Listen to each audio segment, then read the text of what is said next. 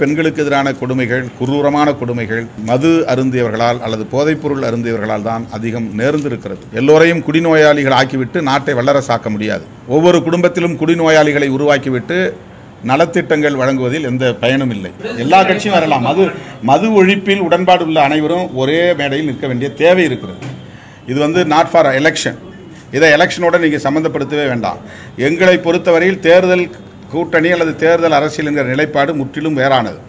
மக்களுடைய பிரச்சனைக்காக நாங்கள் எந்த சக்திகளோடும் எக்ஸப்ட் மதவாத சாதியவாத சக்திகளை விட தவிர இதுலேயும் கூட அவங்களோட எங்களால் இணைய முடியாது. சாதிய போதைங்கிறது மது போதை விட மோசமானது. மத போதைங்கிறது போதைப் பொருள்களை விட கொக்கைனை விட ரொம்ப மோசமானது. அதனால் அதில் நாங்கள் சாதிய மதவாத சக்திகளை தவிர மற்ற எல்லா ஜனநாயக சக்திகளும் ஒரே மேடையில் நிற்க வேண்டிய தேவை இருக்கிறது. அண்ணன் திருமாவளவன் மதுவுக்கு எதிராக போராடுறாராம். அதுக்கு அதிமுகவிற்கு அழைப்பு கொடுத்திருக்கிறாராம். மதவாத சக்திகள் எல்லாம் அவர் கூட சேர்த்துக்க மாட்டாராம். நான் கேட்கிறேன், மதுவை பற்றி பேசும்போது ஏன் மதத்தை பற்றி பேசுகிறீர்கள்? அது ஒன்று. இன்னொன்று, இப்ப திராவிட முன்னேற்ற கழக கூட்டணியில் இருந்தால் 2026 வெற்றி கிடைக்காது என்பதை அவர்கள் புரிந்து கொண்டார்கள். ஆக இது மதுவுக்கு எதிரான மாநாடா இல்லையென்றால் கூட்டணிக்கு எதிரான மாநாடா என்பதுதான் நமக்கு சந்தேகமாக இருக்கிறது. அது மட்டுமல்ல, ஜனநாயக சக்திகள் எல்லாம் இதில் ஒன்றிணைய வேண்டும் என்று சொல்கிறார்கள்.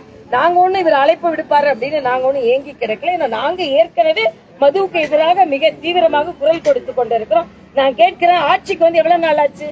மது ஒழிப்போம் என்றுதானே ஆட்சிக்கு வந்தீர்கள். மரியாதைக்குரிய முதலமைச்சர் அவர்கள் தன் வீட்டு முன்னாலேயே கருப்பு கொடியை ஏந்தி கொண்டு மதுவை ஒழிப்பேன்னு சொன்னாங்க. வந்த பிறகு என்ன செஞ்சீங்க? ஆக இத்தனை ஆண்டு காலம் விட்டுட்டு, ஏறக்குறைய 4 ஆண்டு காலம் விட்டுட்டு இன்னைக்கு திடீர்னு மது ஒழிப்பு மாநாட்டை நடத்துவதற்கான காரணம் என்ன? அதனாலதான் திராவிட முன்னேற்ற கழக கட்சியோடு இருக்கின்ற கூட்டணிகள் ஒவ்வொன்றாக நம்பிக்கை இழந்து கொண்டிருக்கிறார்கள் என்பதைத்தான் இது காண்பிக்கும். அது எங்க அண்ணன் கருத்து. அதுல எனக்கு தனி கொள்கை இருக்கு, மாறுபட்ட கருத்து இருக்கு. எங்க ஐயாவோ எங்க அண்ணனோ கூட்டணி வைக்கும் போது எங்க ஐயா தெரியும் எவ்வளவு மது கொள்கைக்கு எதிராக இருந்தார், மது ஒழிப்புக்கு ஆதரவா இருந்தார். மதுவை டாஸ்மார்க்க மூடுறாங்களோ அவங்களோட கூட்டணின்னு சொன்னது உண்டா?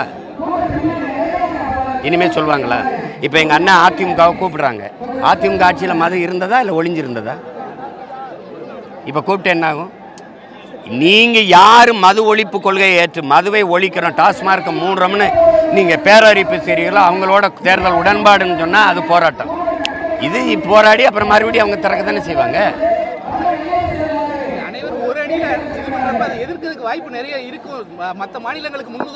அதான் அது ஒழிக்கிறது தேர்தல். இப்போ தேர்தல் நேரத்தில் ஒழிக்கலைன்னா என்ன பண்ணுவீங்க? ஒரே அணியில் மதுவுக்கு எதிரான ஒரு அணி கொள்கையை வச்சு தேர்தலை ஒன்றா சந்திப்போமா?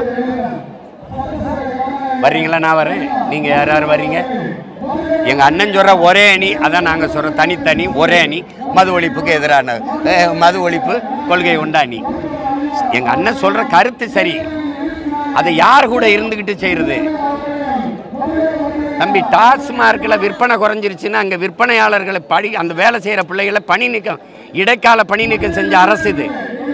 தம்பி, நீங்கள் என்ன ஐஸ்கிரீம் விற்கிறீங்களா, குளிரெளி விற்கிறீங்களா, கீரை காய்கறி விற்கிறீங்களா? கூட 2 தெருவுக்கு போய் விற்கிறதுக்கு என்ன உனக்கு பிரச்சனைன்னு கேட்க, கடையில் உட்காந்து விற்கிறவன் வியாபாரம் குறைஞ்சிட்டு நீ எப்படி இடைக்கால நீக்கம் செய்வா? நீ எதுக்கு சஸ்பெண்ட் பண்ற? நீ கூட்டணியிலிருந்து என்ன செய்வி? என்ன பேசிய பயன் என்ன இருக்கு? சாராய ஆலை வச்சிருக்கிறது யாரு? சாராய கடையில் வியாபாரம் குறையிறதா? மாநாடு மாவட்ட ஆட்சியர் உட்கார்ந்து அந்த விற்பனையாளர்களை மேலாளர்களை கூப்பிட்டு ஆய்வு செய்யறது யாரு? எந்த ஆட்சி? எந்த ஆட்சி? அப்ப அந்த ஆட்சியோட இருந்துகிட்டு அந்த ஆட்சி ஒரு ஓட்டுனாலும் எங்க அண்ணன் திமுக வாங்கி கொடுத்த ஓட்டு இந்த மதுவுக்கு ஆதரவான ஓட்டு தானே. வட மாவட்டத்தில் வெற்றியை தொட்டதுக்கு விடுதலை சிறுத்தைகள் காரணமா இல்லையா? அதை மட்டும் சொல்லுங்க. காரணமா இல்லையா? பொதுவா அழைப்பு யார் யார் போறாங்க? அப்ப பாரதிய ஜனதா வருதா? அதுல வருதா? எங்களுக்கு ஏற்புடையதல்ல. பொதுவா எல்லாரும் வாங்கினா யார் வர்றது? திமுக கூட்டணியில் இருக்க இடதுசாரிகள், மதிமுக, இஸ்லாமிய அமைப்புகள்லாம் வருதா? அதுல வருதா? அதுதான் இவ்வளவு நேரம் பேசிக்கிறேன். நீ மறுபடியும் கேட்கிற, அதிமுக ஆட்சியில மது இருந்ததா இல்லையா? டாஸ்மார்க் இருந்ததா இல்லையா? நாளைக்கு அதிமுக ஆட்சிக்கு வந்தா டாஸ்மார்க் இருக்குமா இருக்காதா? அப்புறம் அதை கூப்பிட்டு போராடி என்ன பண்றது?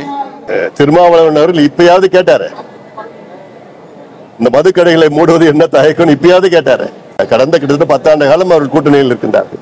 இந்தியாவிலேயே அதிக மது விற்பனை நடக்கின்ற மாநிலம் தமிழ்நாடு.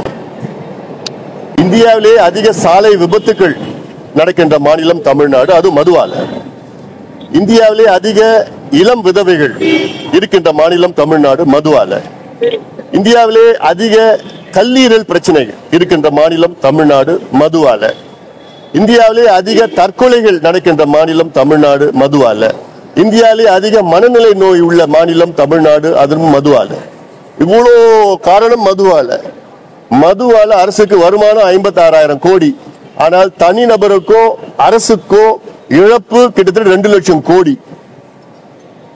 இது மட்டும் கிடையாது, இது சமூகத்தை அழிக்கின்ற ஒரு நோக்கம். நான் சொல்லியிருக்கேன், 3 தலைமுறைகளை அழிச்சிட்டாங்க. இன்னைக்கு தமிழ்நாடு இளைஞர்கள் மது இல்லாத இருக்க முடியாத ஒரு சூழல். இதுதான் திராவிட மாடல். திராவிட மாடல்னா என்ன? தமிழ்நாட்டினுடைய இளைஞர்கள் மது இல்லாம இருக்க முடியாது. அந்த அளவுக்கு இவங்க மதுவை விற்கிறது இல்லை, மதுவை திணிச்சிட்டு இருக்கிறாங்க. இப்ப இந்த பார் நடத்துறாங்களே, யார் நடத்துறா? எதுக்கு பார் நடத்துறீங்க? அரசு வேலையா பார் நடத்துறது? அதுல யாரு நடத்த? திமுக நடத்துறாங்க பார். காசு வருமானம். இன்னொன்னு, இப்ப மது ஆலைகள் இருக்கு. மது ஆலைகள் திமுக உடைய முன்னாள் அமைச்சர்கள், இப்ப இருக்கிற நாடாளுமன்ற உறுப்பினர்கள், அவங்க நடத்துற மது ஆலைகள்ல இருந்து தமிழ்நாட்டுக்கு உடைய டாஸ்மார்க்கு 40 விழுக்காடு சப்ளை பண்ணிட்டு இருக்கிறாங்க. இது கான்ஃபிளிக்ட் ஆஃப் இன்ட்ரெஸ்ட் இல்லையா? திமுக எம்பி டாஸ்மார்க்கு 40% சாராயத்தை சப்ளை பண்றாங்க. இப்ப இதோட என்ன ஒரு மோசடி இருக்கு போகுது. அதனால உங்க பாயிண்ட்டுக்கு வர்றேன். எங்களுடைய மருத்துவர் ஐயா அவர்கள் 45 ஆண்டு காலம் பொது வாழ்க்கையில் ஈடுபட்டு இருக்காரு. 45 ஆண்டு காலம் மதுவை ஒழிக்கணும் ஒழிக்கணும் ஒழிக்கணும்னு மாநாடு, ஆர்ப்பாட்டம், போராட்டம், நீதி போராட்டம், உச்ச நீதிமன்றம் போய் நாங்க தேசிய நெடுஞ்சாலையிலோட மதுக்கடையில மூடணும். எவ்வளவு ஒவ்வொரு மாவட்டத்திலையும் மகளிர் மாநாடு, ஆயிரக்கணக்கான மக்கள் வந்துட்டு எல்லாம் எதுக்கு இதை ஒழிக்கணும் ஒழிக்கணும்னு சொல்லிட்டு, இப்பயாவது திருமாவளவன் அவர்கள் இதை ஏற்றுக்கொண்டு, இந்த கருத்தை ஏற்றுக்கொண்டு இது மிக மோசமான ஒரு பிரச்சனை என்று ஏற்றுக்கொண்டிருக்கின்றார். அது எனக்கு மகிழ்ச்சி. அதனால நிச்சயமா இந்த மது என்பது கட்சி, ஜாதி, மதம், இனம், மொழி எதுவும் பார்க்காம அத்தனை பேரும் சேர்ந்து இந்த மதுவை ஒழிக்கணும், அழிக்கணும், வருகின்ற தலைமுறைகளை காப்பாற்றணும். பார்க்கட்டும், முதல்ல அழைக்கட்டும். 3 ஆண்டுகளாக திமுக ஆட்சிக்கு வந்து இந்த போதைப் பொருட்கள் கிட்டத்தட்ட 5 மடங்கு அதிகமாக இந்த 3 ஆண்டு காலத்திலே தமிழ்நாடு விற்பனை செய்து கொண்டிருக்கிறார். காவல்துறைக்கு தெரியாம எதுவும் நடக்க விடாது. அது மட்டும் இல்ல, இந்த நேஷனல் நார்கோட்டிக்ஸ் பியூரோல இருந்து வந்த செய்திகள் எல்லாம் பார்த்தா தமிழ்நாடு வந்து ஒரு டிரான்சிட் பாயிண்டா இருக்கு. ஆஸ்திரேலியா, மலேசியா, ஸ்ரீலங்கா, இந்த நாடுகளுக்கு வந்து தமிழ்நாடு மூலமா தான் போயிட்டு இருக்குன்னு ஒரு டிரான்சிட் பாயிண்ட். இதெல்லாம் நிறைய இருக்கு. மெத்தல் ஆம்பிட்டமின்ல இருந்து பல போதைப் பொருட்கள் தமிழ்நாட்டில் பயன்படுத்திட்டு இருக்காங்க, வித்துட்டு இருக்கிறாங்க. முதலமைச்சரிடம் பல முறை சொல்லியிருக்கிறோம். நானும் நேரடியா பல முறை சொல்லியிருக்கிறேன், நடவடிக்கை எடுங்கன்னு. ஏதோ ஒரு பேருக்குன்னு ஒரு கூட்டம் கூடுறாரு, அந்த கூட்டத்தில் ஏதோ படிக்கிறாரு, நடவடிக்கை எடுங்கன்னு சொல்லிட்டு போறாரு, அவ்வளவுதான். அதாவது இது வந்து தமிழ்நாட்டினுடைய எதிர்காலம், இளைஞர்கள் தமிழ்நாட்டுடைய எதிர்காலம். இது இளைஞர்கள் வந்து லட்சக்கணக்கான இளைஞர்கள் இன்னைக்கு போதையில சிக்கிட்டு இருக்காங்க. அதாவது போதைன்னா நான் சொல்றது வந்து இந்த காக்கேன், ஹெரோயின் அப்படின்னு கஞ்சா இல்ல. கஞ்சாலாம் ரொம்ப மோசமா இருக்கு. அதை விட மோசமான இந்த காக்கேன், ஹெரோயின், எல்எஸ்டி, ஆம்பிட்டமைன், மெத்தல் ஆம்பிட்டமைன் எல்லாம் மோசமானது.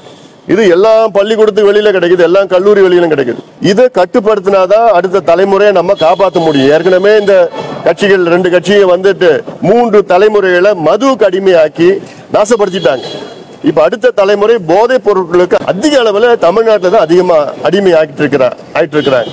இந்த முதலமைச்சர் என்ன இதுக்கு மேல என்ன? நாங்க எத்தனையோ போராட்டங்கள், சமீபத்தில் கூட போராட்டம் பண்ணோம், எத்தனையோ போராட்டங்கள், ஆர்ப்பாட்டங்கள், அழுத்தங்கள், தினம் அறிக்கைகள் கொடுத்துட்டு இருக்கிறோம், அழுத்தம் கொடுத்துட்டு தான் இருக்கிறோம்.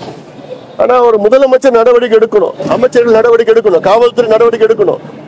நேத்து பாத்தீங்கன்னா ஒரே நாள்ல 8 கொலை நடக்குது. அந்த கொலைக்கு என்ன முக்கிய காரணம்? போதைப் பொருட்கள் தான். இந்த கஞ்சா, காக்கிடைகள் எல்லாமே தமிழ்நாட்டில் சட்டம் ஒழுங்கு பிரச்சனைக்கு முக்கிய காரணமே இதுதான். நடவடிக்கை அவசியமா அரசு எடுக்கணும், முதலமைச்சர் எடுக்கணும். அவர் ஊர்ல இருந்து வந்ததுக்கு அப்புறம் நிச்சயமா கடுமையான நடவடிக்கை. அதாவது எங்க கிட்ட அதிகாரம் இருந்ததுன்னா இது எங்களால 1 மாதத்துல கட்டுப்படுத்த முடியும். ஒரு 10 காவல்துறை அதிகாரிகளை சஸ்பெண்ட் பண்ணா போதும், 10 பேர் 5 பேர் சஸ்பெண்ட் பண்ணா போதும். அந்த பயம் வரும், டிபார்ட்மெண்ட்ல பயம் வரும். ஏன்னா காவல்துறைக்கு தெரியாம ஒரு பொட்டலம் கஞ்சா கூட தமிழ்நாடு யாரும் விற்க முடியாது. அவங்க தெரிஞ்சுதான் விற்கிறாங்க. ஆளுங்கட்சியோட நிர்வாகிகள் சில பேர் இல்ல குழந்தையா இருக்கிறாங்க. பணத்துக்காக நம்ம தமிழ்நாட்டோட இளைஞர்கள் நலனை மோசடி பண்ணிட்டு இருக்காங்க.